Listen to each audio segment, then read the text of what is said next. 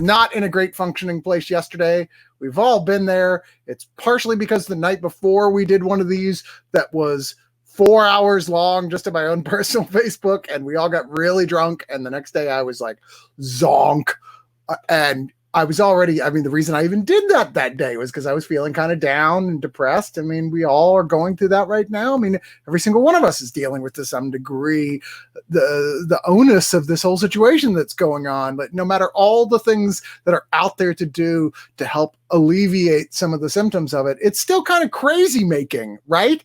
Trying to feel like a sane person in this situation that's going on, because nothing about it is sane. Nothing feels sane, but we do have to keep pushing through. And sometimes, no matter what, even if you're doing your best to be someone who tries to make everybody else's days as entertaining as possible. Like I've really tried hard not to be a negative person through all this and focus on the positive stuff. Sometimes you need a day or two to yourself, and that is exactly what I did. I enjoyed it. I watched the bulk of season 5 of Parks and Rec. Yes, we are up to there already. Second watch, so just saying. Hello, Dennis McElwain from Ireland. Hello, so good to see you. Yes, I have your 2 graphic novels. I will give them to you when we see you again. Hello, Maciek from Poland. How are you? Hello, Igzy. I'm not sure where do you live, Igzy? You'll have to fill me in on that because I just don't know off the top of my head. Are you? I know it's because I'm old, but I'm one of those people. I wish people would just use their real names on the internet. Like, end of story. Like, my name is this, and that is what I go by everywhere. Because often I'll be like Igzy, and then I'll be like, oh, you're probably somebody who's a very good friend of mine, and I just do not remember what Igzy is the call sign for who. Yes, Maciek, it is on Twitch. Yes, hello, Spencer. How are you? Good to see you. You look like you're somewhere snowy in that picture, but obviously that may not be right now. That poster in the background is the old Dawn of the Dead poster. I want to say it's Mondo. I think it's Mondo. I like it. My wife picked it up for me. So yay, one of my favorite movies ever. Anyway, I have got for you guys today a very special treat. I have one of my favorite people in the world, one of the best human beings I've ever been fortunate enough to know, a man who literally has changed my life on more than one occasion and is often the guy who swoops in and saves me when I'm at my lowest. That would be Sir Martin Thomas. Oh, and his mic's still not working. God it's damn still it. Not working? Are you really? Oh, man. Well, I don't know what's going on with his mic, but he will have to, he's going to be Marcel Marceau for a little bit here. Can anyone else hear Martin, or is it just me that can't hear Martin? Oh, that'd be hilarious if it's just you. Probably not, though. Okay. I don't know what that means. Oh yeah, you used to be Dennis Nixon Jarhead. I forgot about that. Holy shit. Oh, that's right. They say they can hear you, but you're very muffled. I can't hear you at all. Okay, I'm right up in the mic's face, and I can see my microphone is showing there's absolutely no sound coming in on my end. It has dots there to show that. See, someone else is saying I hear him. Hi, Martin. Yeah, why can I not hear you? In all this time, it was you. No, it really was me last time. Maybe if I put my headphones on. Let's try that. Man, I love it when a show starts off with technical difficulties. This is just like being on The Real Deal again. Well, hopefully we won't go on for 20 minutes this way. Do my Corey impression and be like, hey, everybody. It's all right. We're going to get this started. I know it's 20 minutes past the hour. We're going to get this started. Oh. Okay, do you hear me now? Well, that doesn't work. That doesn't work either? Man, because I tell you, okay, before my all right, I got my headphones on and still no sound from Martin. Let me just double check here and make sure that it wasn't working last everything is how it should be. You guys, if you can hear Martin, ask him questions and maybe he shall answer them in a way that is entertaining to you because you can actually hear him, whereas I cannot. Okay, yeah, I'm looking at. I can see. Do not know what's going on. What are the odds? Are this is totally my fault and I just have set something up wrong in my system? See technology. Yeah, I don't know. I can hear him through the Facebook app. If I listen to it on Facebook, I can hear him, but it's delayed. So that's not going to work. I don't know. That is so fucking weird. I know. I love it. Frank says, are you fucking with him? I've never had this happen before. This is really weird. The host has I'm sorry, honey. This has never happened before.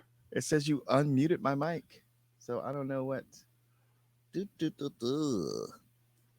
I'm in the show. Ah, there it is. I got it. You did? You do? Yeah. What was it? I'm embarrassed to say. Let's just move on.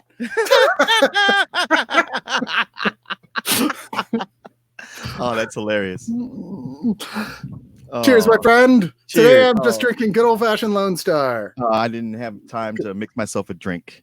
Oh, I was working and cleaning and I had to take my car to get new brakes. How much fun was that?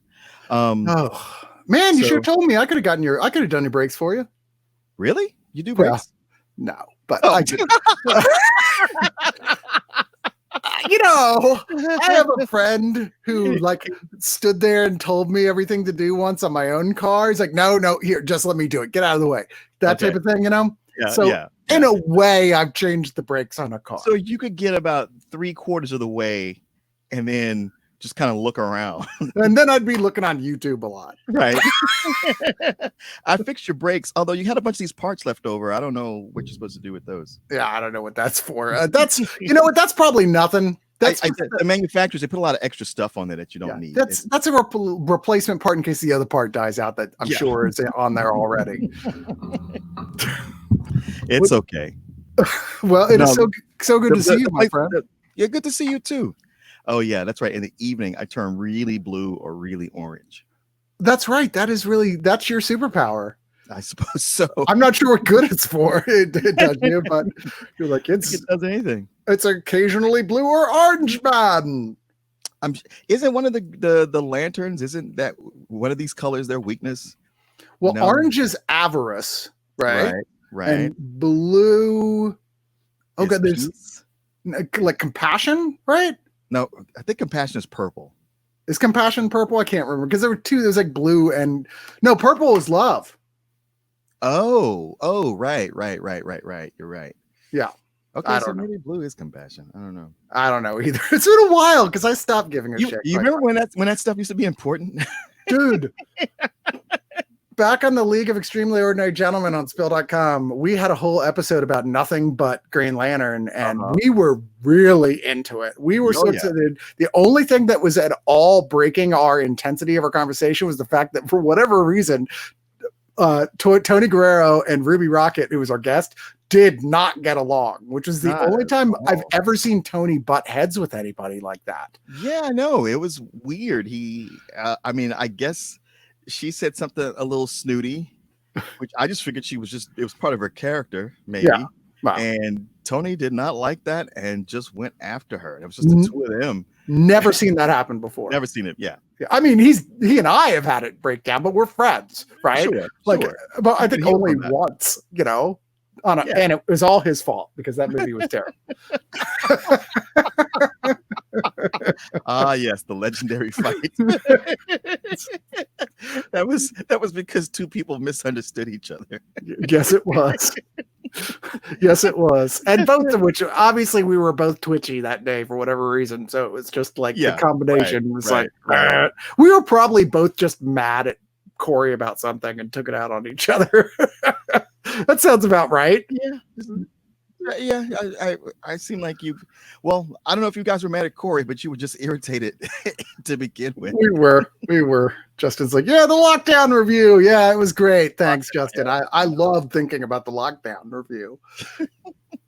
It's funny how the biggest fights will come over something so inconsequential. Oh, they're always inconsequential, rather. Even with my wife, it's like we don't fight about big stuff.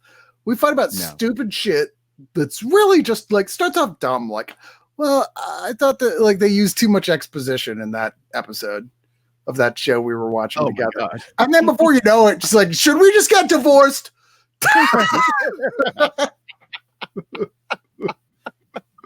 We don't do that. But I have been in relationships like that, for the record. Anyway, Martin, how are you holding up? Are you keeping your sanity intact during all of this? I know you've been working from home.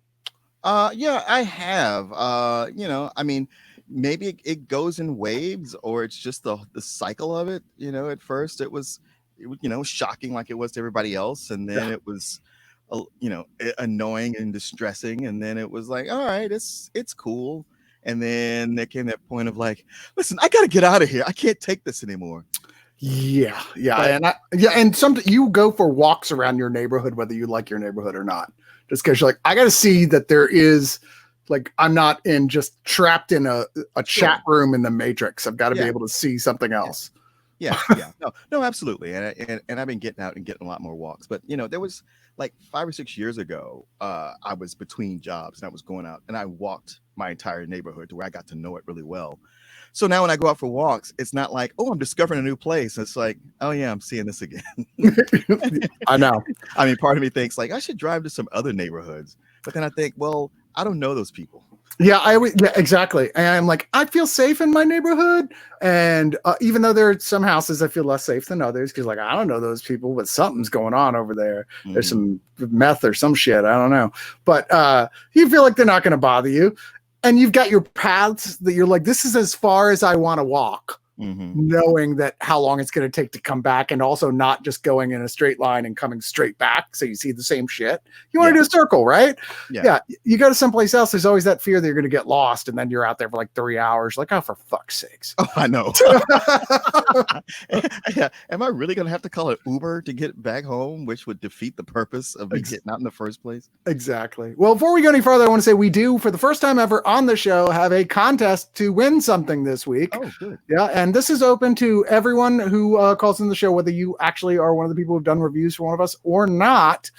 You are certainly welcome to participate. However, there is a catch. Of course, there's always a catch. All right. So first off, this is for Emma, which is the Blu-ray, or if you prefer just the digital code, they're offering that as an option if you only want that. Obviously, you get the Blu-ray, it comes with a digital code. But if you're one of those people who's like, I don't even need that hard copy cut stuff, but I would like to own a copy of this new version of the Jane Austen novel, which has been getting great reviews. And in fact, tomorrow we're going to have up our review of the new 4K/Blu-ray that's out. If you want that, you're going to have to stick around till the end of the show to find out how to do it. Or at least some point in the show, I'm going to tell you how to do it. And then you get to win that copy one way or the other of it. You like my screensaver, people? I've had that same screensaver now for how long, Martin? Like 7 years or something? Yeah, at least 7 years. I was like, when you find the perfect, it's like getting married. You're like, I knew the moment I saw that I locked eyes with the screensaver, I was like, that's the one. I do enjoy looking at that. I do too.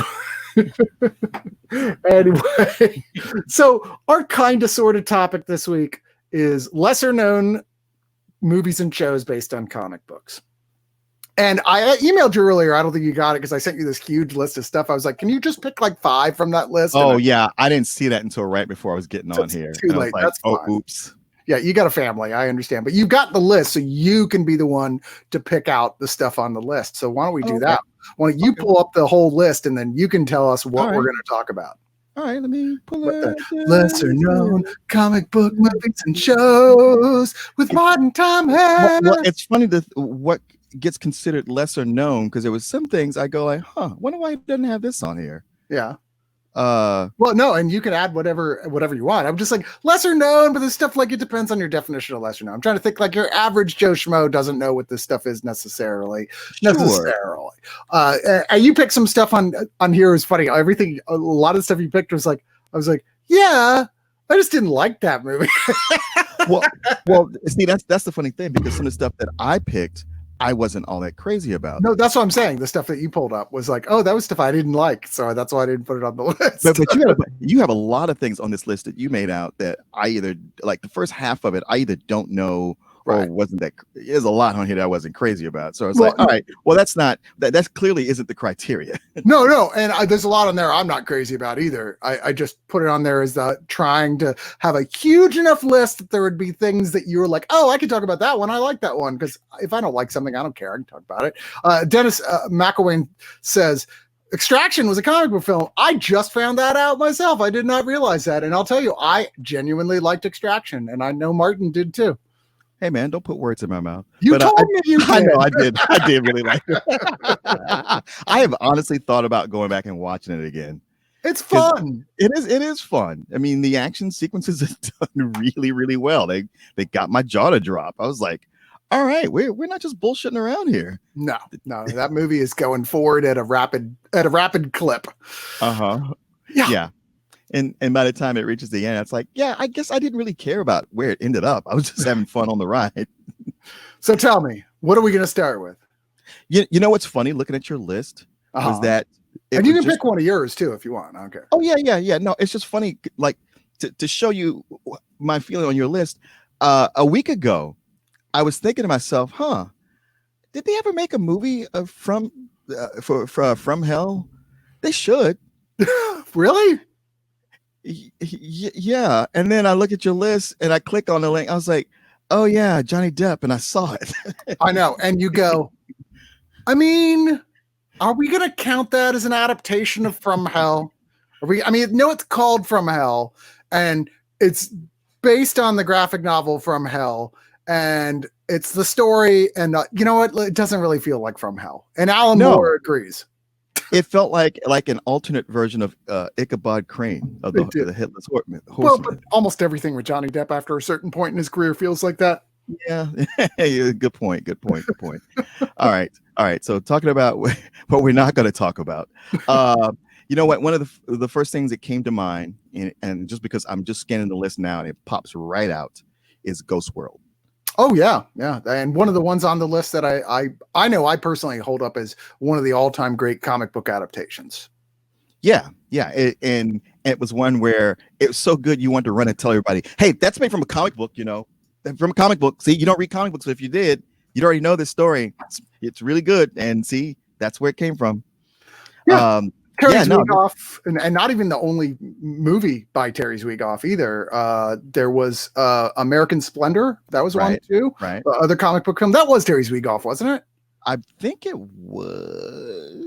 But it was based on the same writer. Okay, no, it was not. No. He did Art School Confidential, which is also based on a comic book by the Dan Close. Yeah. But American Splendor was, I think, the was a closed one.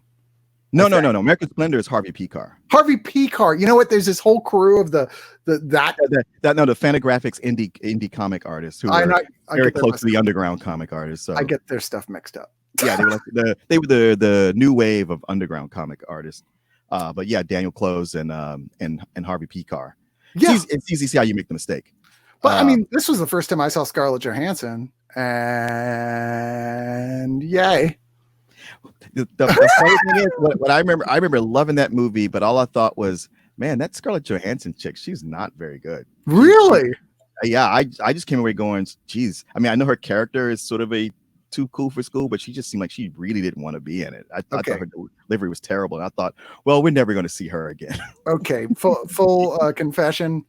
I thought she was kind of flat too. I mean, her performance, obviously, obviously, because but I think we already really liked Thora Birch at this point from American Beauty. We're like, wow, she's great. We were all convinced she was going to be a huge star, but unfortunately, well, she had those fucked up parents. She was one of those child stars who had super fucked up parents, and no one would. Dad. Yeah, no one would work with her after a certain point because her parents would come on set and just cause anarchy. And it was like, okay, well, sorry about your career and all, but yeah, don't know what to tell you. But Johansson obviously went on to be a huge star regardless. I do remember seeing this and going, wow, she's really cute. She's got a je ne sais quoi, but I wish she wasn't playing it so Aubrey Plaza. Yes. Like it's almost as if she had auditioned for the lead role and didn't get it and just had an attitude about it the whole time. Like, whatever. But please don't take that as a criticism of this film overall, because it does in fact work. And I know a lot of people are going to watch it now and just be annoyed by it, because this is the film. Like, if you were to pick one film and say, this is the movie that launched the hipster movement, Ghost World is as good a pick as like 3 or 4 others, right?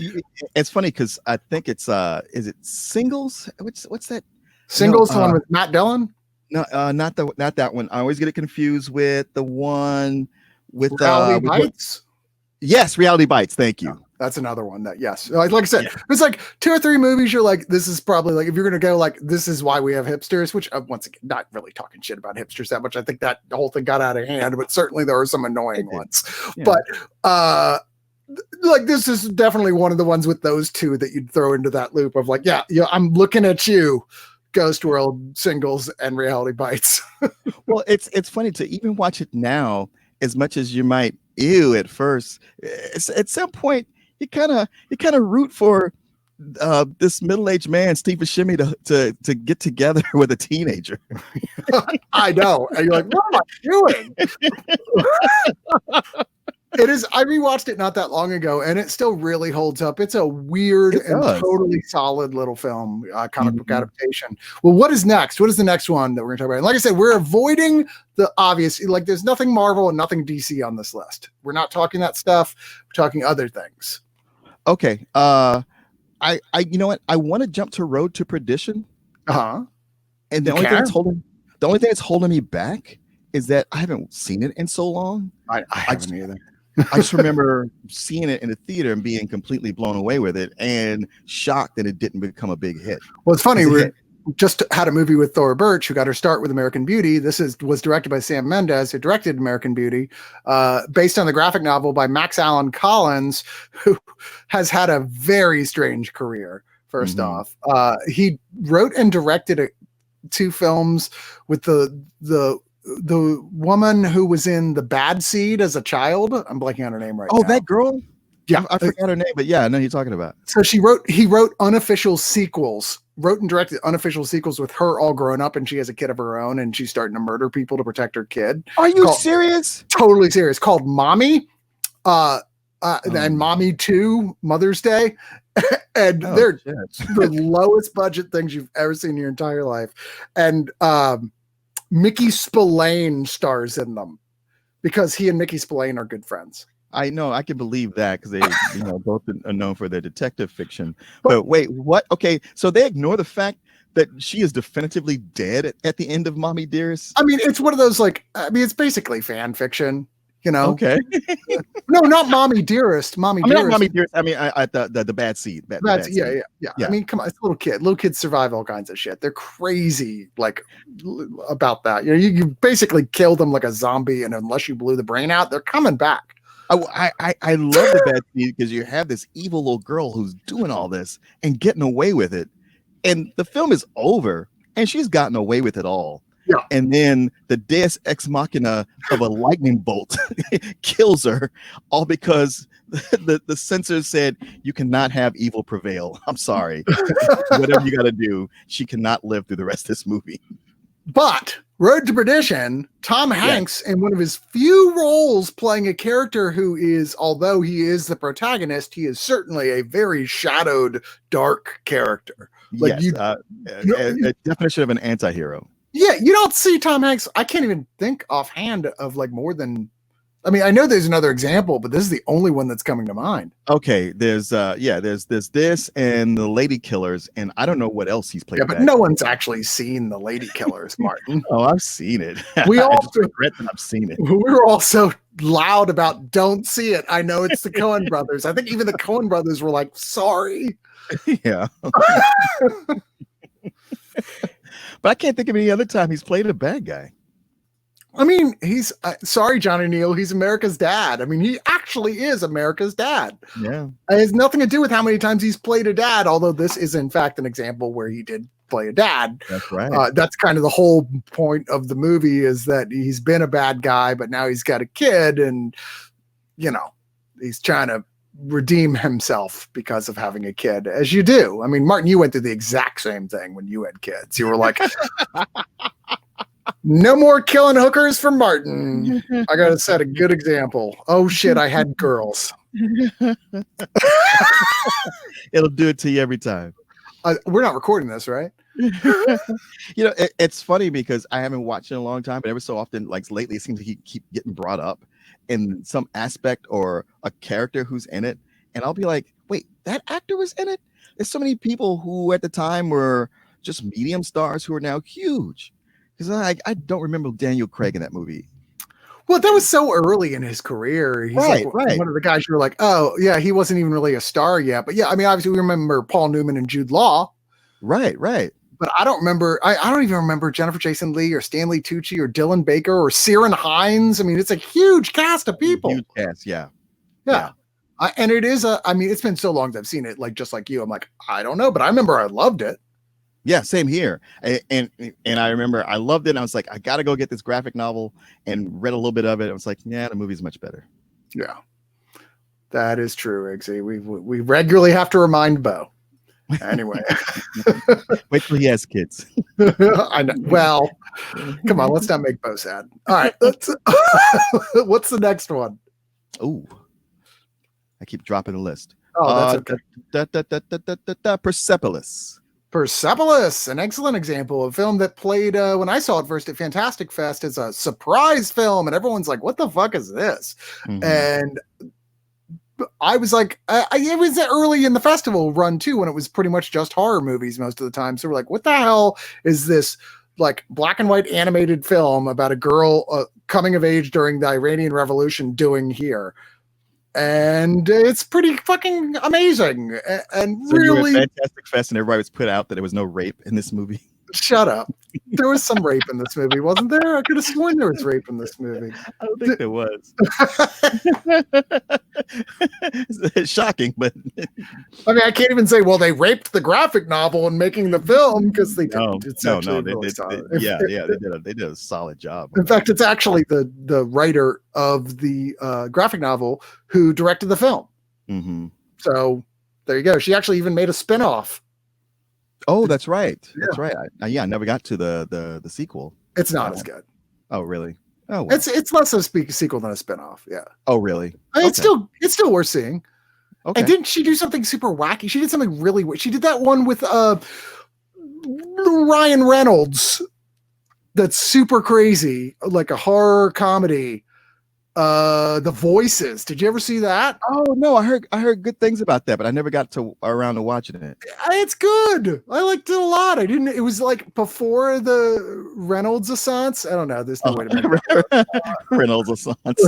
he was trying for so long. We were rooting for him, and I know. He finally got it to work. But like, this was before he was like, it went from B minus to A star. And yeah, it's really good. I mean, it's for crazy people who like crazy cult films, but yeah, it's good stuff. It's just weird that's by the person who did Persepolis. Oh yeah, I had no idea. Wow. I know. All right, but Persepolis is very, very good. It is it's one of the ones that's going to strike you in your feels bone. Chicken with Plums is the name of the spinoff, by the way. Chicken with Plums? Yeah, I know, it's a terrible title. I would never have found that. I would never order that. What the fuck? Oh, I don't know. With enough ginger, I'm sure it's pretty good. Wait. So I feel like I understand you culinarily to a certain extent. Are you going through a ginger thing right now? Yeah, pretty much. Because I was like, what's that? Haven't heard the ginger thing. Is that a new thing? Yeah. Ginger, throwing in some cilantro or maybe a tiny bit of mint every so often. Dude, ginger is like hot sauce. The exact right amount makes something perfect. Even slightly more than that ruins it completely. I haven't had too much ginger ruin anything. I certainly have. Too much. Yeah, it's like too much ginger is like being stuck in a car with a hippie that's just doused themselves with that. What is that? That patchouli. Patchouli. It's like, oh, for fuck's sake. Okay, sorry, I haven't updated the scrolling bars. Thank you for that. See, I feel like that with garlic. I'm the opposite. I'm just like, you know what? There's not enough garlic. I'm like, why don't you just take a whole bulb and just put it in there so I can just. I used to be like that. Now I'm more of a little bit goes a long way. Yeah. All right. What's next? Oh, next. Now you got to pick something. I do. Oh man, I've always is okay. Let me ask you this: is Winona Earp worth watching? It is until it's not. You know what I mean? Yes. It's a show that was great for like 2 seasons. First 2 seasons are like, wow, I'm really loving this show. And it just, at least for me, kind of crawled up its own ass after that. I was like, that third season was like, wow, what happened? Did you guys change showrunners? And I think they actually did change showrunners. But I was like, something went terribly wrong because this is not as good.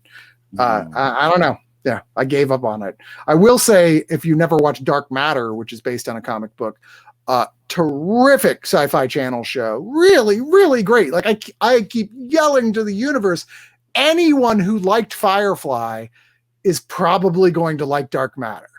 Okay. It's not like Firefly in the sense that like, oh, it's a cowboy type of thing, but it's like a bunch of characters who are shaded heroes. But 6 people awake with amnesia on a starship, have no idea who they are at all, how they got there. They just literally give themselves the names 1 through 6, which was the name of the vessels they were in. They figure out how to stabilize the vessel, and the show is about them trying to figure out who they were, only to find out as they start to, like, without their memories, they start to become sort of normal, good people who reluctantly start to care about each other, and only to find out they're all like supervillains, like terrible, terrible people.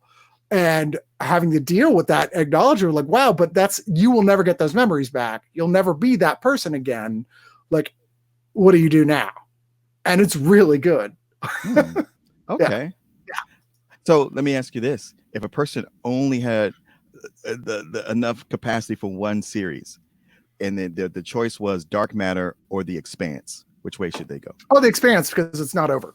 Yeah, the Dark Matter cut off after the 3rd season with a cliffhanger. So yeah. Oh, jeez. Yep. Whereas The Expanse keeps going. The Expanse will be boring at points for sure. There's points I was like, come on, guys, let's move this along. This doesn't have to take as long as it is. And at points, it's like, wow, it's the best thing on television. And then it'll get dull again. People love to rave about it as like the best sci-fi show ever. It is not, but it's pretty good. Okay. Yeah. All right. Fair enough. Sorry to any Expanse super fans who are listening. I know that those guys, oh my God, they just go crazy. Look, here you go. See, Expanse is awesome, and it has space Mormons who totally get fucked over by everyone else. But yeah, feel bad. It got canceled, and then Amazon picked it up, and we're like, we love the show because fucking what's his name who owns Amazon is a huge space dork. So he was like, yeah, we're gonna pay for the show because I like it. Fuck you guys. Okay, no. Right on. Anyway, what's the next thing? I'm running out of stuff that I really, really liked. To be honest with you, okay. I mean, something on my list that I really liked because a lot on my list is just like it's shit, but it qualifies. But 2 Guns I liked with 2 Guns with Denzel Washington and Marky Mark. Oh yeah. I vaguely remember this movie. I got to be honest with you. I remember going to see it and finding out that it was a comic book by Boom Studios. Yeah, and then watching it and really loving it. And then came back home. It's like, oh, I have this book. It's one of the freebies they gave me, and read it. And I was like, huh, it's actually it's good both ways. Fair enough. I remember kind of liking it, but I think I remember going, it's not as good as Way of the Gun, which it kind of reminded me of. No, it's not. It's not. Yeah, but it has Mark Wahlberg, Denzel Washington, Paula Patton, who I know how you feel about Paula Patton. You've always been very clear about your feelings there. I suppose. Yeah. I'm a little bit ambiguous about that. I mean, disambiguous. Bill Paxton, James Marsden, Fred Ward. In fact, the adventure does continue. Yeah, I'm shocked that nobody has picked up on Remo Williams and decided to give it one more chance. Dude, like once a year, someone talks about it. I'm like, because I do all the news show stuff, and I'll look, and like someone will be like talking about it. Like we picked up the option for Remo Williams. Nothing ever happens of it. Same thing with Big Trouble in Little China. They keep saying we got it. It's gonna happen. We're gonna make a sequel or a reboot or whatever. It never happens. Yeah. And then usually when it's that many misses, when it finally does happen, it's shit. It's I know. It's some half-ass company picks it up and goes like, we'll do a half-ass job trying to adapt it and just trade off the brand. And almost every time without fail. Without fail. All right. Well, so as to not make things too difficult, let's go ahead and go into the news. You willing to do the news with me? Sure. Yeah, absolutely. Well, let's talk about first off the sad. We have to be sad first and talk about 2 people who died this week that are absolutely terrible that they died. First off is Lynn Shelton. Right. Yeah, it was like, wow, she was like 54. She directed Hump Day, which was a really good movie. She was a director on Glow, Mad Men. She directed Your Sister's Sister. She had a whole ton of television. And in fact, because of her being on Glow, she had met Mark Maron, who she started creatively collaborating with. And then they got romantic. And they, in fact, had just recently, literally like a month or 2 ago, moved in together. And how long had they been dating? I don't know that exactly, but not that long. Yeah. right? Like probably less than 2 years, but they had just gotten to where they had moved to the next level, where they were had moved in together. And he posted, I have some awful news. Lynn passed away last night. She collapsed yesterday morning after having been ill for a week. There were previously unknown underlying condition, which was apparently some kind of rare blood disease. They didn't know she had. It was not COVID-19. The doctors could not save her. They tried hard. I loved her very much, as I know many of you did as well. It's devastated. I am leveled, heartbroken, and in complete shock, and don't really know how to move forward in this moment. I needed you all to know. I don't know some of you, some I do. I'm just trying to let the people who are important to her know. She was a beautiful, kind, loving, charismatic artist. Her spirit was pure joy. She made me happy. I made her happy. We were happy. I made her laugh all the time. We laughed a lot. We were starting a life together. I really can't believe what is happening. This is a horrendous, sad loss. Yeah. Man, that is like, I was already sad because I like her work, but when I read that, I actually started tearing up. Oh, of course. Jesus Christ. Of course. No, that's devastating.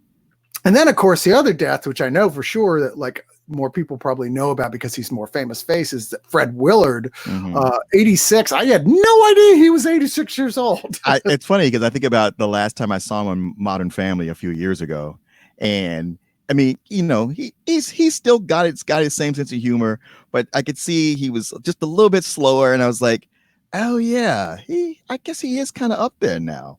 You know, it's just when you see a guy dye his hair for so long, it does psychologically not make you take into account how old they probably are. It's very true. And he was just so steadily working. He was constantly on stuff. Like any good, truly good sitcom that went on long enough, Fred Willard at some point was going to come on and play like a reoccurring character. You know, it was just a thing. If there was good enough of a show where like, oh yeah, okay, that's reached a certain level of good, Willard would show up. I love that about him, but obviously he's kind of best known for working with Christopher Guest. Yeah. He got to be where in a Christopher Guest movie, you sat around waiting for Fred Willard to show up. Oh yeah, you know he would. Best in Show being the most famous of those appearances. Yeah. But yeah, he is a comedy legend. Just no question about it. Jesus Christ. Just, I mean, like I always like to say he won. I mean, come on, that age. Oh no. Anytime somebody dies and they make it past 80, I say, you won. You won. Yay. All right, let's move on to less sad. Timothy, you know how I feel about Timothy Olyphant, right? I do. Like the way I feel about Paula Patton. You know, I'm not going to say that if Timothy and I, Timbo, as I call him, we're hanging out. And, you know, we're doing drinking whiskey because you're Timothy Olyphant. He's like a cowboy, man. You fucking drink whiskey. You don't fuck around with like tea and shit. And he goes, you know, I'd kind of like you to suck my dick. I mean, sure. That's a dick I'd feel honored to suck, is what I'm saying. So in this scenario, he's always in character as Raylan Givens. Mark, we all know Timothy Olyphant is the character.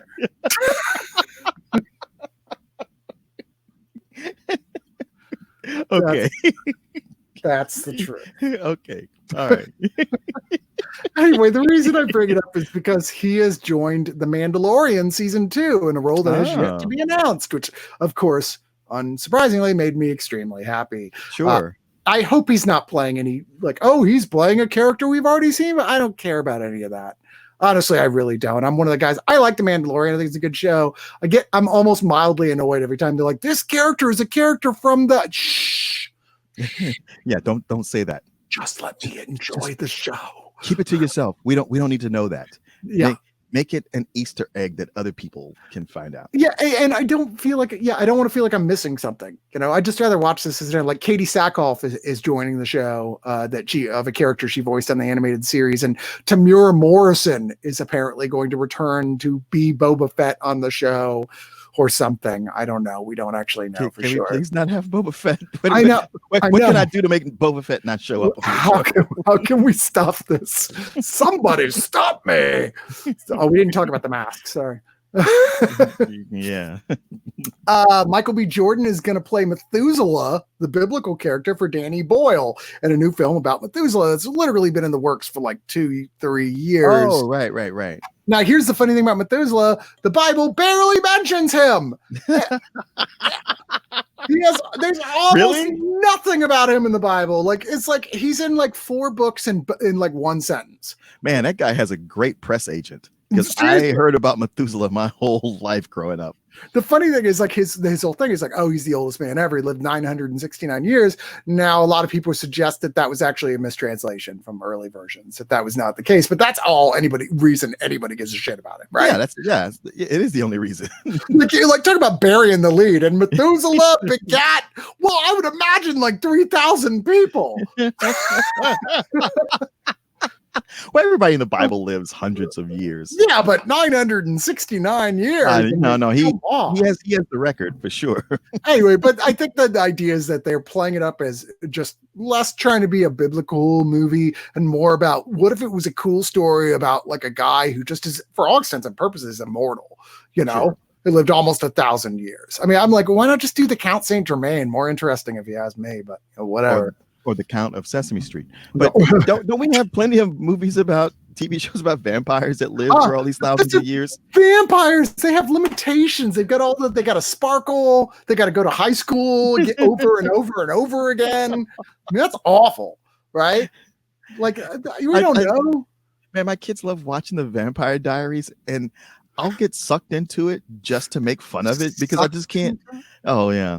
God damn it. How did I leave that open? I know. But it is one where you're like, come on, Dad, stay. I'm like, all right, but I'm not going to keep quiet about these 40-year-old men who are 600 years old trying to blend in like they're in high school. No. How are they feeding on anybody when they're at the gym all the time? Well, no, they don't have to be the gym. They're vampires. Remember, they're like whatever body they died at, that's the body they get. They're stuck with it, you know? And they don't have to keep it in shape at all. Can you imagine if you got turned into a vampire right now and you'd be like, seriously? Now? You couldn't have done this when I was like 25? Somebody's asking, Spike Ghost says, am I liking Legacies? What is Legacies? I think it's a spinoff. Oh, good Lord. No, it's old episodes that they're for some reason rewatching and torturing me and my wife by pretending like they like us watching it with them. Are you watching what we do in the shadows, the television show? Hell yeah. That's the palate cleanser I need. That show is the funniest thing on television now. It is. I keep saying now that The Good Place is over, that show is the funniest thing on television. Yeah. No, they get so much material out of it. And you watch it and you go, this doesn't feel like they're going to run out of material anytime soon. I love there was an episode that like mentioned Babadooks, plural, like they're just another mythological creature and they're really annoying that they have to deal with. And I had gotten to where I was like, all right, this Colin Robinson energy vampire, it's a one line joke that they just can't keep bringing around. But that whole episode where they focused on him, that was one of my favorites. Yes. The most recent one where what is the name of the guy goes off to he always think he looks like a young Oliver Platt, but Guillermo. No, the guy's a vampire. Matthew Berry. Matt Perry. Whatever his character's name. He goes off and goes, because Mark Hamill appears as an older vampire who's like wants to get revenge on him, and so he just takes off and goes to like a small town and becomes like a bar owner. Okay. That must be the newest one. I haven't seen that yet. I didn't realize it's amazing. I didn't realize I was one behind. Okay, I know what I'm doing when I get off this. It's one of the best episodes they've done yet. Okay, so great. Michael Mann wants to turn his Heat prequel novel. That's a thing, by the way, because you know Michael Mann is writing a prequel novel for Heat, which is like, what? You've seen Heat. You are aware that it doesn't make a lot of sense to give a shit about a prequel novel. Yeah. He wants to make that into a movie and said he's already working on a Heat sequel.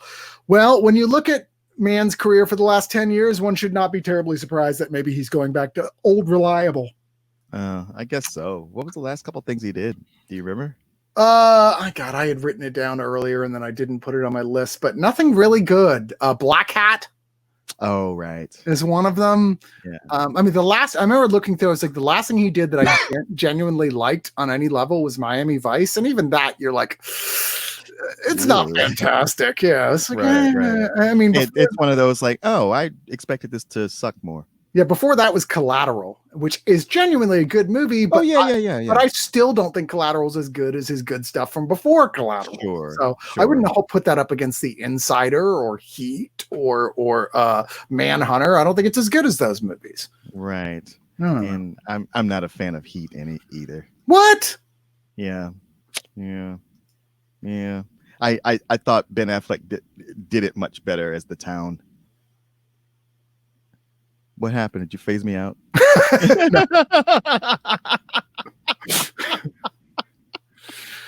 Fox has decided that football's happening again, but without crowds, right? Okay. I was wondering how they want to do that. So they're going to use fake crowd sounds and footage for their television broadcasts. Okay. All which right. sounds so Fox. Because let's not forget, Fox, the entertainment division, has been bought by Disney. Fox, the news and sports division, is the one that's owned by Rupert Murdoch. And the idea of them doing that is like totally in line with their news division. Well, yeah, but I saw that it was some other kind of sporting event in a different country where they had fake cutouts of people in the stands, which I guess is just to maybe motivate the players. But hey, man, you know what? I'm not going to make fun of this because I'd rather they do this than go, hey, fuck it, we're football. Everybody pack back in here. And spread Corona to everyone else you know. So I'm going to go through a couple stories fast because I want to get to the challenge round and give people a chance to ask questions. Star Trek is getting a confirmed new show, Star Trek Strange New Worlds, which is what the fans wanted. You're getting your Captain Pike and Spock show on the Enterprise. I knew it. I'm like, yeah. I knew it. Hey, people just love them too much. Dude, they were great on last season on Discovery. They were. And I love Anson Mount, man. Hell on Wheels was a fucking badass show, and he was so good on it. The only thing that brought down that show, if you like Western shows, if you like Deadwood, you should be watching Hell on Wheels. It's fucking fantastic. But Common plays like sort of the second main character in it, and I love Common.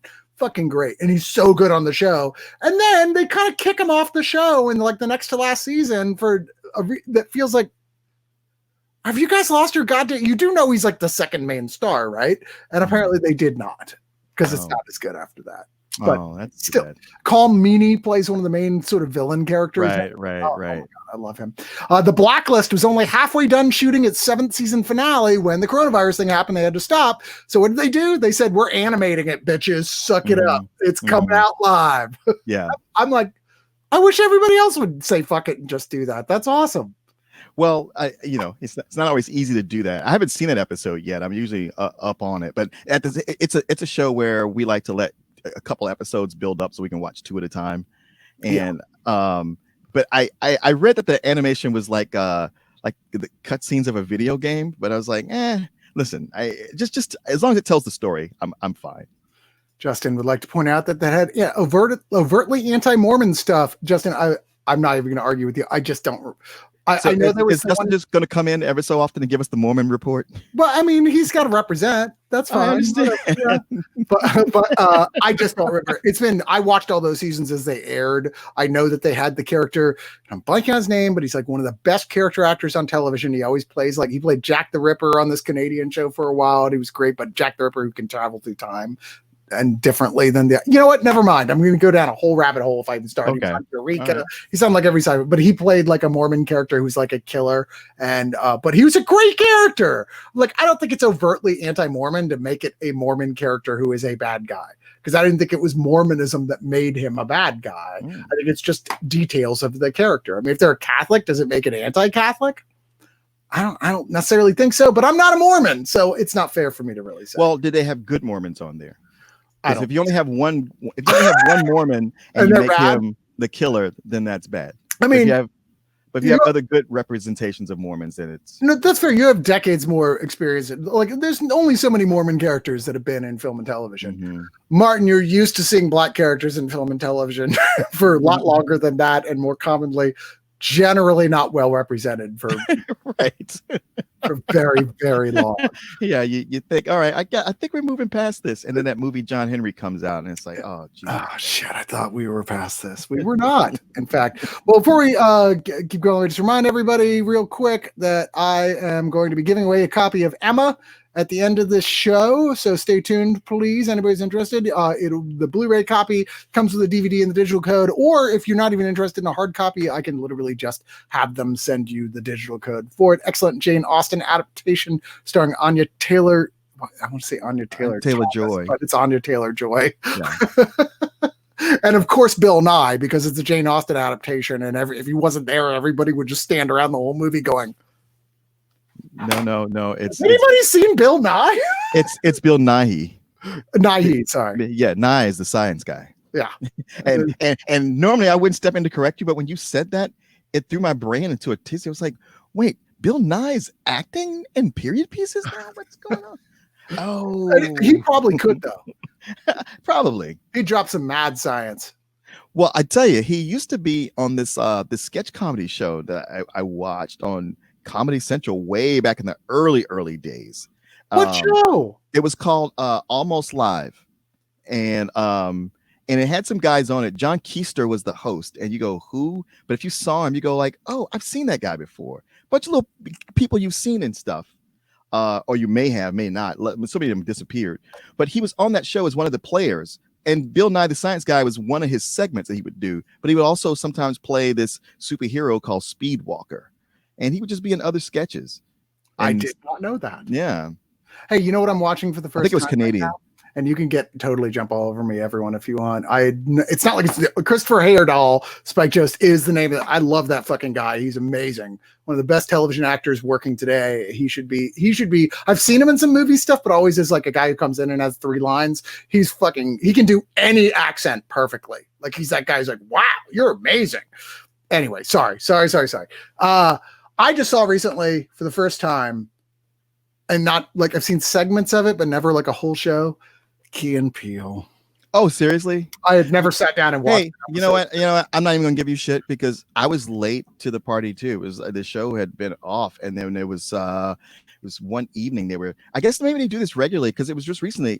Again, they ran a marathon of them, and I'm watching, going, Jesus Christ, I didn't know this show was this funny. What have I been doing this whole time? Actually, I came in. It wasn't, the show hadn't ended already, but that was like, I guess there was a big marathon before the last season. Dude, I did the whole thing where I went my whole list at the beginning of all this isolation shit. I'm like, I'm making a list. I'm looking to see everything that's on every streaming network that I have and what I've always meant to watch and I haven't seen. And so I have this huge list that I put on my Google Drive so I can call it up on my phone or whatever. So whenever I sit in front of the TV at it and just go, whatever, I'm like, I'm heading on a mission to watch this thing I've always meant to watch. And it's Key and Peele's time had come. Yeah. And I just started falling off the couch laughing. As I'm not surprised by, but I think you and I have been watching sketch comedy for so long. I know. And I think that we've discovered that the majority of sketch comedy shows are like 10 to 20% unforgettable, great, even the really good ones, 10 to 20% unforgettable, great sketches. Another 5 to 10%, hey, that was pretty good. And the rest just like, well, whatever. I think some of the best shows have a higher hit ratio than that. But even so, even so. Yeah. I mean, to me, Monty Python is the only one that even comes close to 100%. But obviously subjective being the thing that, about comedy is completely subjective. But so far, I'm 4 episodes into Key and Peele, and I think there was like one sketch I was like, meh. And everything else. I thought the hit ratio got less as like the last season or two as it goes on. Okay. Yeah, but there's so many great ones. I mean, like unbelievably. Okay. Oh, I'm sorry. I got to move on. I apologize. First off, the New Mutants is coming out this summer. Sure it is. It's literally like the 4th release date they've given for this. I do not believe you. Scarface reboot is being directed by Luca Guadagnino because why not? Why not? Oh, okay. Who did Suspiria reboot recently? Yeah. No. I don't have a problem with the director so much as I do with just Why Scarface. Both versions are, neither one is like an all-time classic, no matter how people have reacted to it. I'm sorry. I've seen the original. I've seen this one, the Al Pacino one. I think they're both kind of mediocre with moments of awesomeness, but I think the Al Pacino one is laughable. It's really bad, but it's got memorable moments based on how absurdly over the top. Yes.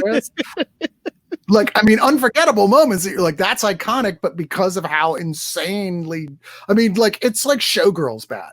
Yeah, it is. It is.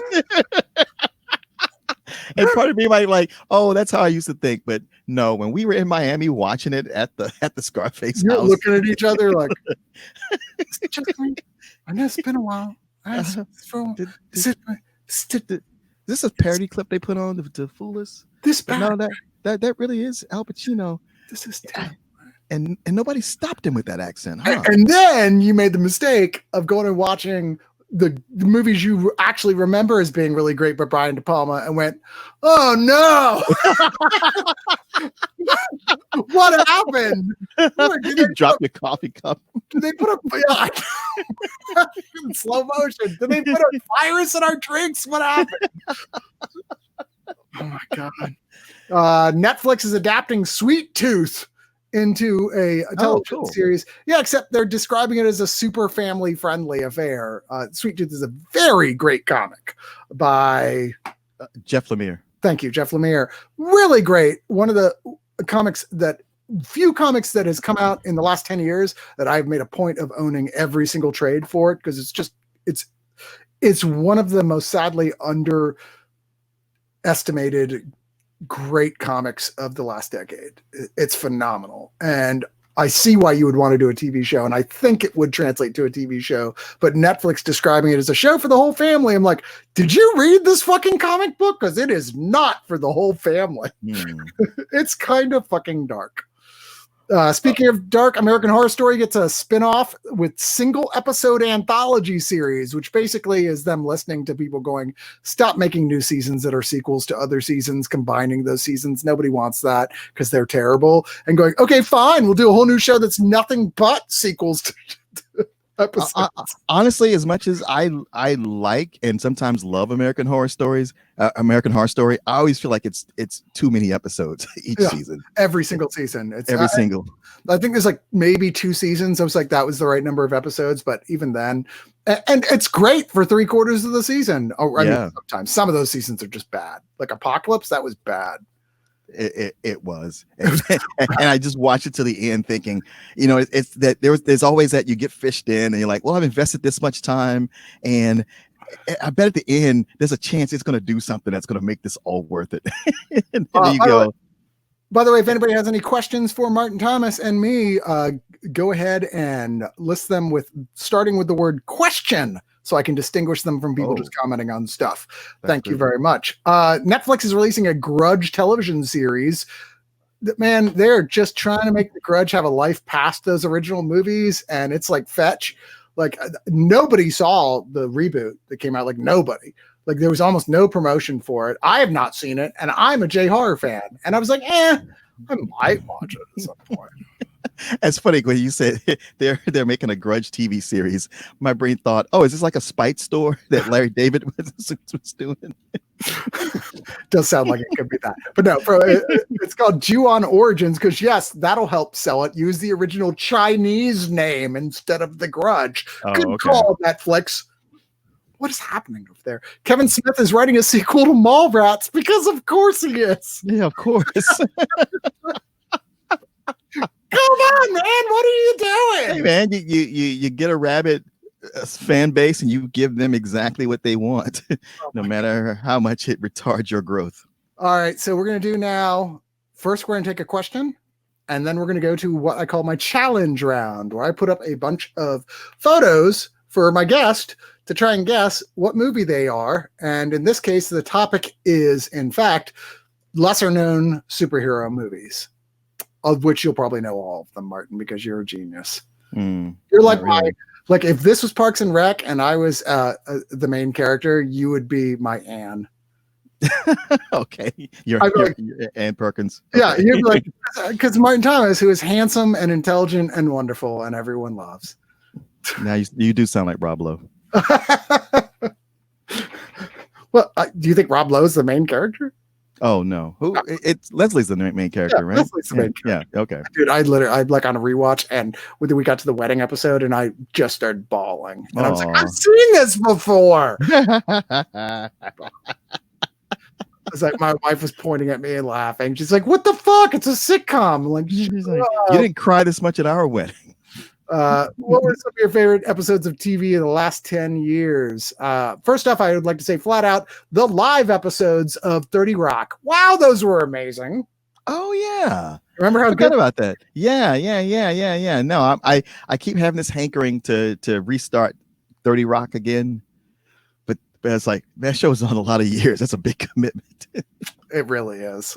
It's they sent out the box set recently. I'm covering on the Digital Noise. I'm putting up tomorrow, which is a great deal, by the way. Mill Creek, who always does super cheap deals on stuff. It's a complete box set on Blu-ray, would never been released on Blu-ray before, with all the bonus features from all the DVDs that came out over the years, which is a lot. It's like wow, like 20 hours of extras. It's ridiculous. Yeah. But Mill Creek puts out everything for super cheap, so it's like whoa, it's like a compact set of all the seasons. I'm like, yeah. Score. Yeah. Oh, excuse me. Good Lord, I'm a monster.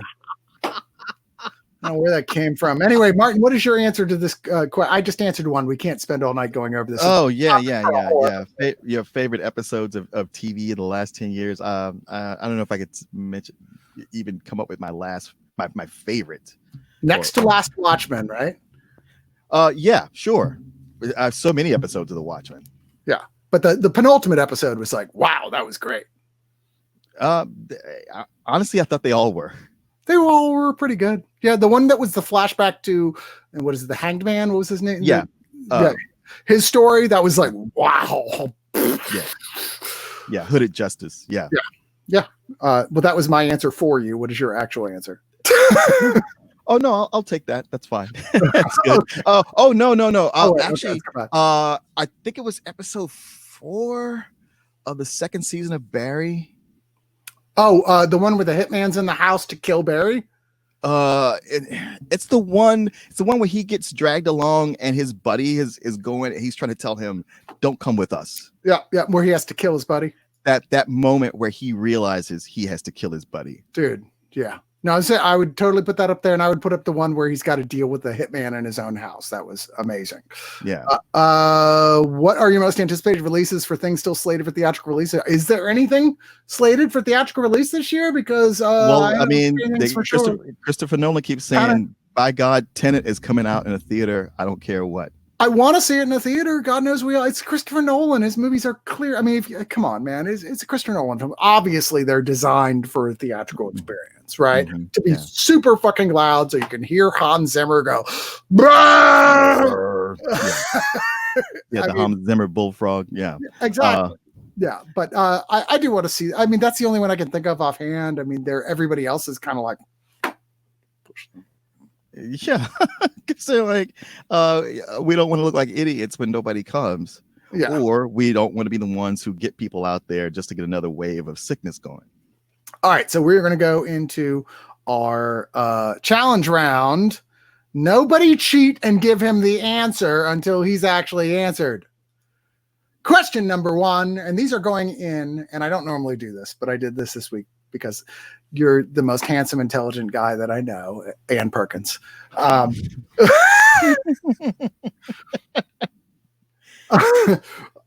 are superhero or superhero tangential films in sequential order of release. What is this movie? I should take off the thing from Justin here. Where is it? God damn it. And it's a movie, huh? Not a TV show.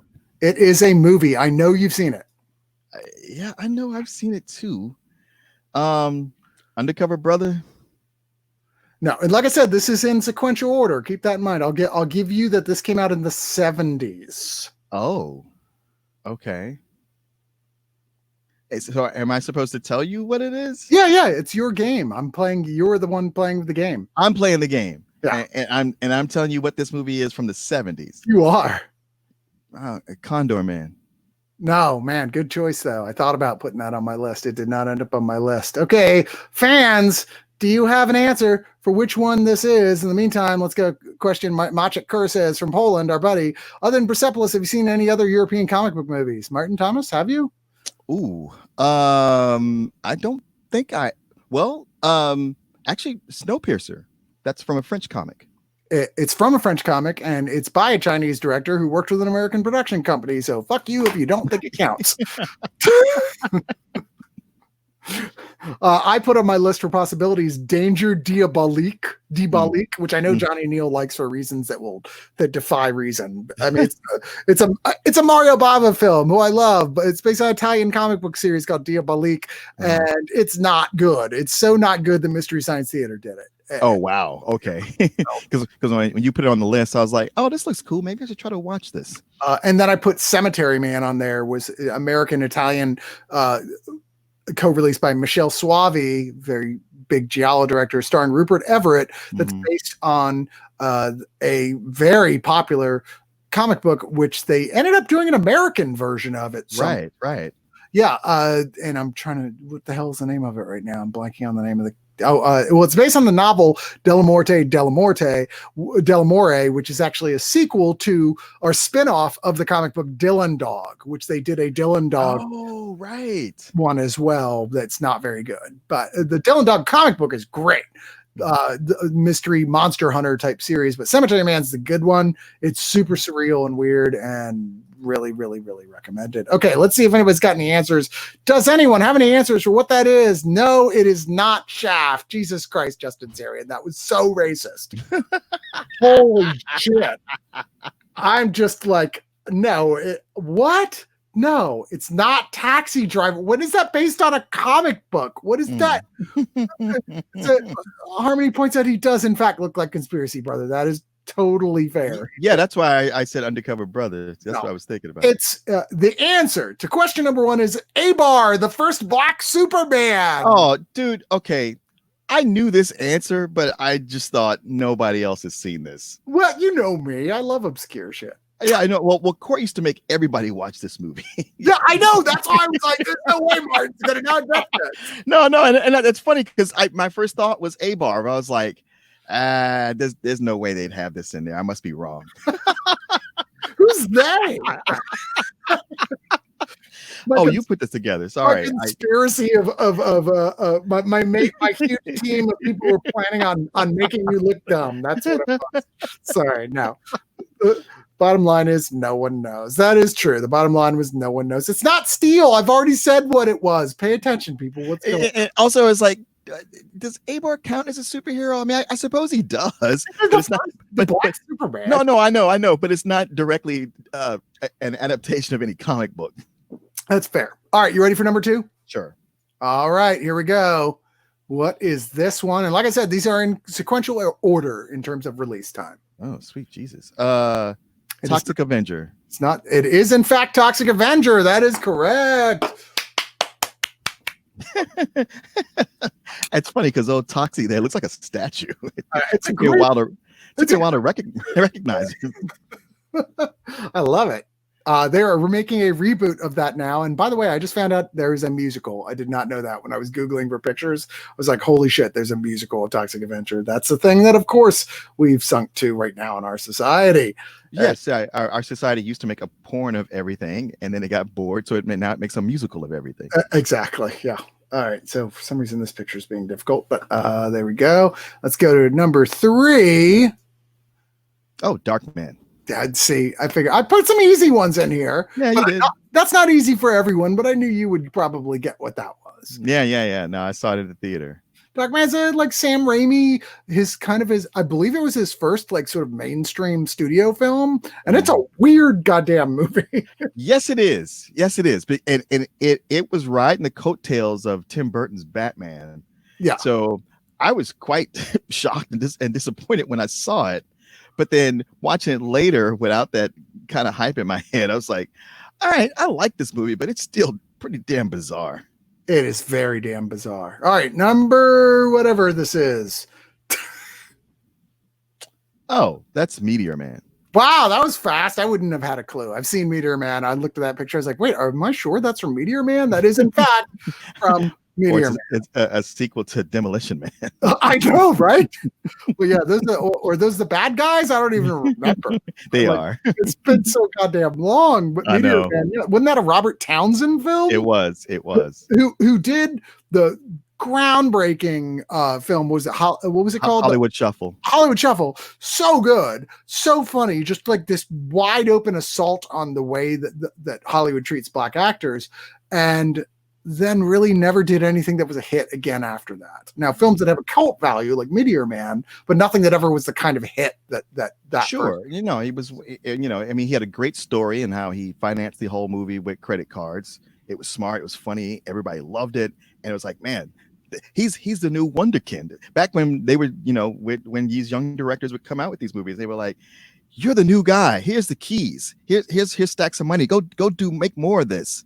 And they went, you bet I will. And they came back going, gosh, I worked for 10 years on that movie and I don't really have anything else to say. Yeah.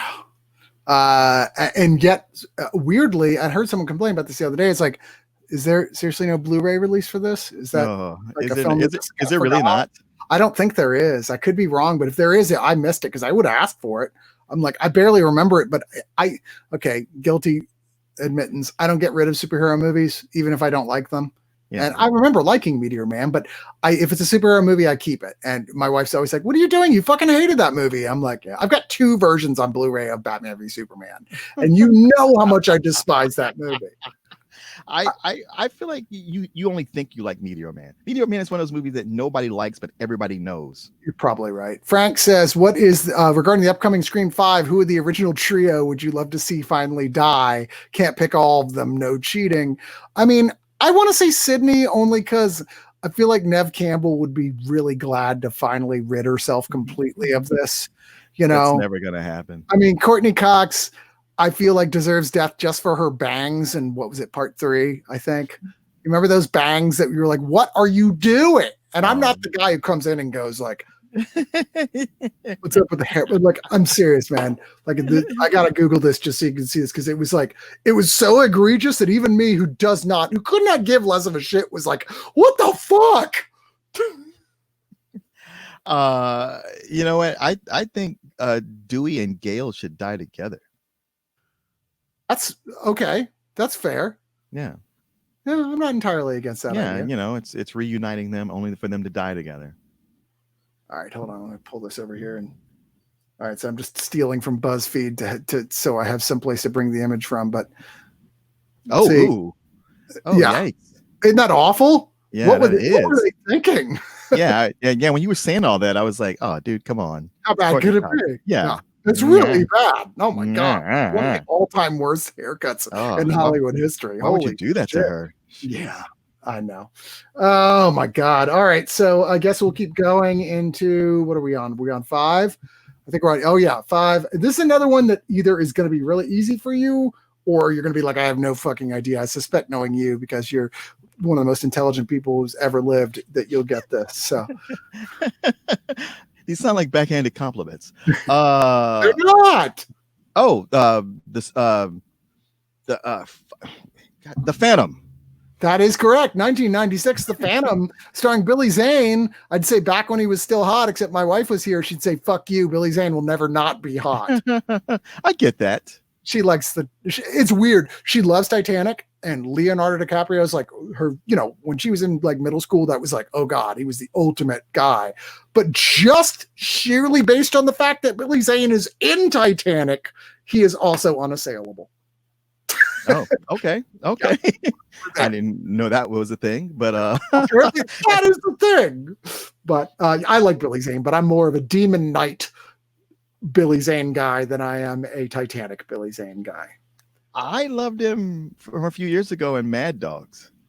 I don't know if I've seen Mad Dogs. Oh, it's one of the early Amazon shows. Huh. Oh, you should watch it. It's really good. It's a 1-season show. I think about 8 episodes, and A bunch of guys go to visit their friend in Costa Rica, who it turns out is mixed up with some not so nice people. Okay. And on the course of them trying to escape and make their way back home, a whole lot of shit comes out. Like these best buddies, all this shit they've been, keeping from each other that's just been boiling to the surface all comes out. But That sounds kind of cool. It's a great adventure, but yeah, no, I highly recommend it. That was an early Amazon Prime show? Yeah. Wow, how did I miss that? Oh, well. All right, let's go to our next one. I bet you're going to know what this is. Come on. Oh, God damn it. This is the one I'm like, he'll know what it is, but he can't remember what the name is. Orgasmo. God damn it. I was hoping I'd catch you on your name. It is indeed. Oh, I don't know why I'm so big there. Orgasmo. Yes. The Trey Parker and Matt Stone's jokey, sex-filled comedy about that's loosely based on superheroes and lightly poking fun at Mormonism. I don't know how Justin's area. Boy, there's a theme tonight, huh? I did not mean for there to be one. For the record, sorry, Justin. I had no part of this programming. Not my team. Justin is the one who's watchdogging over here. I just want to say. She's like, Mormons. Yes, they're the Mormons. They were the secondary alien creatures that the good guys had to fight in Land of the Lost, right? Am I wrong? Sure. Mormons and slee stacks. Yeah, the Mormons and the slee stacks. Who can tell the difference? I don't know.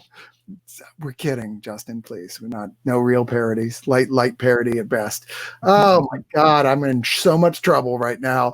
That was that. All right, so let's go on to the next one. I know you're going to get this one. I tried to pick a picture that was kind of more like not, okay, that's immediately know what that is type picture, but I think you're probably going to get it anyway.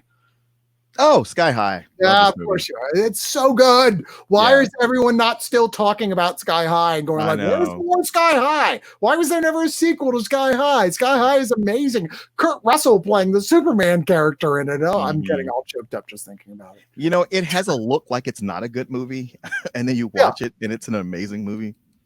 It is an amazing film. And you were the one who talked me into watching it because I did not see it theatrically. And I was like, okay, I like Kurt Russell and all that, but come on, man. It's fucking like a Disney, a child superhero thing. It looks like a direct-to-DVD type garbage. And you're like, oh my God, no, your voice got all raspy like older Kathleen Turner. You're like, no. And you were correct, sir. You're absolutely correct. That is fantastic. Okay, so once again, here's another one that I'm reasonably, there's no way you're not going to get this one. But I will say that I think that I definitely appreciate just looking at this image anyway. So okay, see, this is one that I was shocked wasn't on our list to begin with, and I thought maybe you have a reason for this. Super. You know why it wasn't on our list to begin with? Because it's not an adaptation of anything. It's not an adaptation of a comic book. Yeah. It is a superhero movie, but it's a movie I'm not as big a fan as you are, but I've only seen it once. And it's a movie I keep telling myself I need to go back and give a second try to, because I remember coming out of it feeling like this was mean-spirited and ugly. And you were like, fuck you. This is one of the best movies this year. Normally I'm like, don't exaggerate, but I probably did say that. Because I was so in love with it. I've watched it since. I was like, yeah, this is a bit more mean-spirited than I remember, but it's also got that James Gunness, that bit of okay to it. But I love it. Its portrayal of what it would really be like to be a superhero, just sitting around waiting for a crime to happen. Yeah. No, I mean, I feel like I liked it better on the idea of it than I did with the execution. But I also, knowing now going into it what I do, like know what to expect, I probably would like it a lot better. I think you would. I have a lot higher opinion of James Gunn now than I did then. Which I was like, okay, he did one movie I liked and the rest I could take or leave. One movie being Slither, which I still think is one of the best splat-stick horror films ever. Sure. So fucking good. All right, so we'll move this along here so we can get to our big finale where we give away a copy of Emma on Blu-ray. Sorry, am I not excited? But we're giving away a copy of Emma on Blu-ray to one of you lucky listeners. Sorry, I'm so bad at being the promotions guy, but it is a really good movie and you should want to own it. What is this one? Oh, Fantastic. No, it's Chronicle. I was about to go, oh, I got him. Come I on. got him. You're not gonna get me on Chronicle. Jeez. Yeah, it's Chronicle, of course, which was, isn't this the movie that kind of made Michael B. Jordan a star? I wouldn't say that, because he's sort of like the third guy in it. I mean, But he got it, a lot of attention from his role. I mean, people were kind of, they everybody remembers seeing him in this first, Right. but Yeah. I don't think it was maybe It's definitely the movie that made Fruitvale Dane DeHaan a star. Oh, yeah, Dane DeHaan, definitely. Yeah, who for better or worse. Yeah. Doesn't he feel like that guy who's gonna be the next celebrity, who's gonna do something super crazy, and everyone's like, "How did we not know? Like, how did you not?"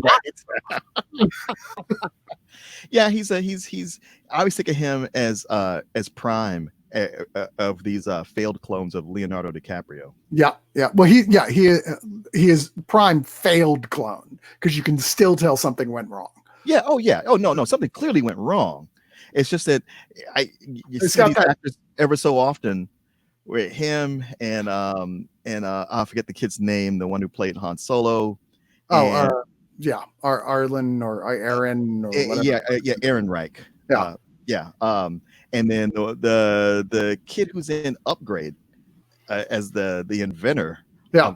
Of the Upgrade. I was like, man, they got a third clone now. How many more of these are there? Dude, that's the way that goes, though. Casting agents look for people who look like people who are already famous. It's always been that way. Yeah, that's true. How many Anya Taylor Thomas or whatever her name, Anya Taylor Joys are there right now? There's like 6, right? Like, I mean, even Ellie Fanning counts, I think, right? Like, she's like, or maybe it's the other way around, where Anya Taylor Joy. Yeah. Elle Fanning was first. Just dipping them in the vat and going, okay, there you go. That one's okay. It's not exactly the same, but we are looking for a little bit of variety. So. Yeah, like the way Cara Delevingne is Elle Fanning with eyebrows. Yeah, with all the eyebrows. It's like, did you drop some Eugene Levy DNA in this? But then I look back, I go like, well, wait, there was always that from Julia Roberts. They made Hilary Swank and Jennifer Garner. Yeah, that's true. That's true. They split her up, tried to see what would happen, and well, one of them married Ben Affleck. So I think we know now that was not the world's best idea. Let's go to our final one, which is Fast Color. Fast Color. Now I knew you'd know what it was, but this is that's obscure, dude.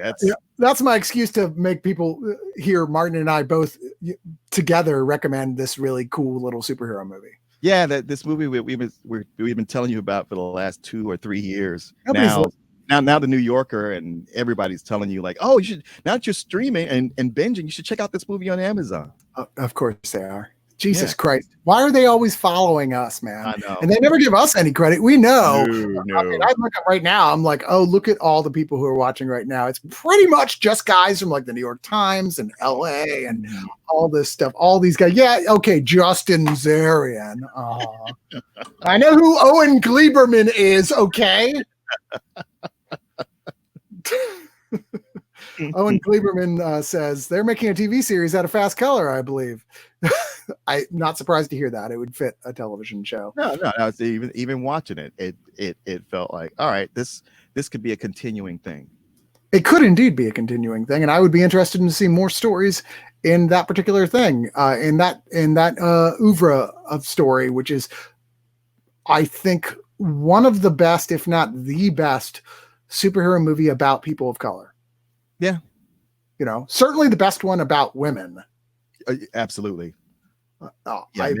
Having them take center stage. Yeah. All right. Well, before we go out, obviously, first off, I'll let y'all, if you want to ask a question, do the question so I can find it on there. But let me say what you got to do to win the Emma Blu-ray. First off, you have to send me an email at oneofus.net@gmail.com. Oh, no, not an email. For fuck's sake. Well, forget it now. And you've got to tell me in your best or worst Jane Austen-ish verse why oneofus.net is better than Double Toasted. No, I'm just kidding. You got to tell me why oneofus.net is going to survive the apocalypse. And I know that makes no sense. I want to see what you come up with. And honestly, it can be bad. I'm just picking somebody at this point. And I will, if yours is good though, you're definitely winning. and I will promote your words and how talented you are. Yeah. What if somebody's first, but they don't do a good job? No, it's not about who's first. Okay. It's Oneofus.net. Oneofus.net at gmail.com, because Okay. oneofus at gmail.com was already taken. Bastards. They're always trying to get me. Always one step ahead of you. Always one step ahead of me every single time. So he wants to compliment Martin on all his fun takes on his reviews for DT. I don't know what that is, but congratulations. Thank you, Justin. Yeah. It's appreciated. Yeah. It does not have to be like a poem, Majek. It just, like a poem. You are aware Jane Austen doesn't write poetry, right? Man.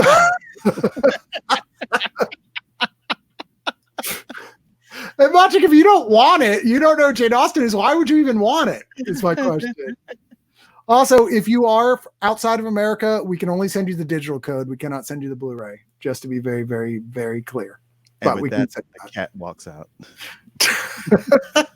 Is that what happened behind me? Yeah, right behind just like, cat's like, well, fuck that. I don't even want the goddamn thing now. Jesus. Always something.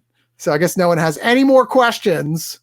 So I'm just going to say, first off, thank you, Martin. As before, Martin Perkins, you are indeed handsome and smart and wonderful. And I treasure you every moment, and everyone should treasure you. The same to you, Chris. Everyone should watch you every time you're on One of Us, because you're not on anything else. So hey, you know where to find me. Also, real quick, hey, Michelle Williams, good to see you. Wait, was she on here? Did I miss her? Where was she on the list? Yeah, I saw her in the chat. Well, she was in there, back up there. She probably clicked in for a second. Oh, hey, Martin, goodbye. I got better things to do. I got to make Grey's Anatomy. No. Right. Grey's Anatomy waits for no man. She backed me up on Mad Dogs. Oh, okay. That it was in fact good. Okay. And that bald Billy Zane is hot. When is Martin on One of Us? I mean, I feel like something weird is happening. What year are you in? Where are you coming from, the past? Because this is happening right now. Anyway, Martin, I love you to pieces. Thank you so much. Of course, you can check him out on doubletoasted.com if you have to. But we like it better when you. But I have fun on oneofus.net. You do. Thanks, everybody. And like I said, please send the email to oneofusnet at gmail.com if you want to win that Emma Blu-ray, and I will let you know. And thanks so much.